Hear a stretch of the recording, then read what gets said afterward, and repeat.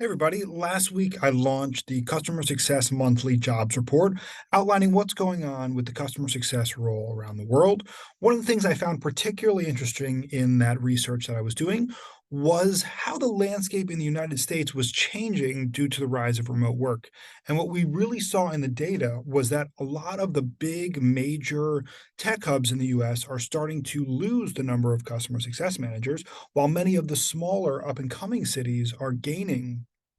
customer success manager talent. And I think this really goes to show you that there is this trend toward allowing people to work where they are, not forcing them to move to some of these big cities, which for me personally was the hope behind remote work of,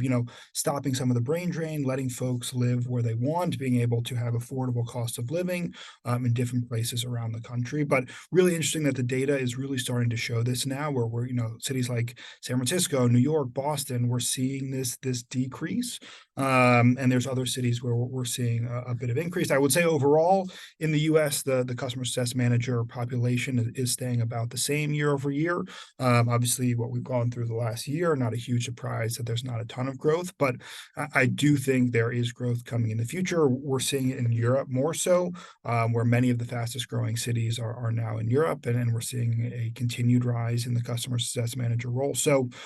really excited to see how this trend plays out, where folks end up, how they are now dispersed throughout the country, and really hopefully democratizing that access to opportunity, where you can be anywhere, and work from there. So,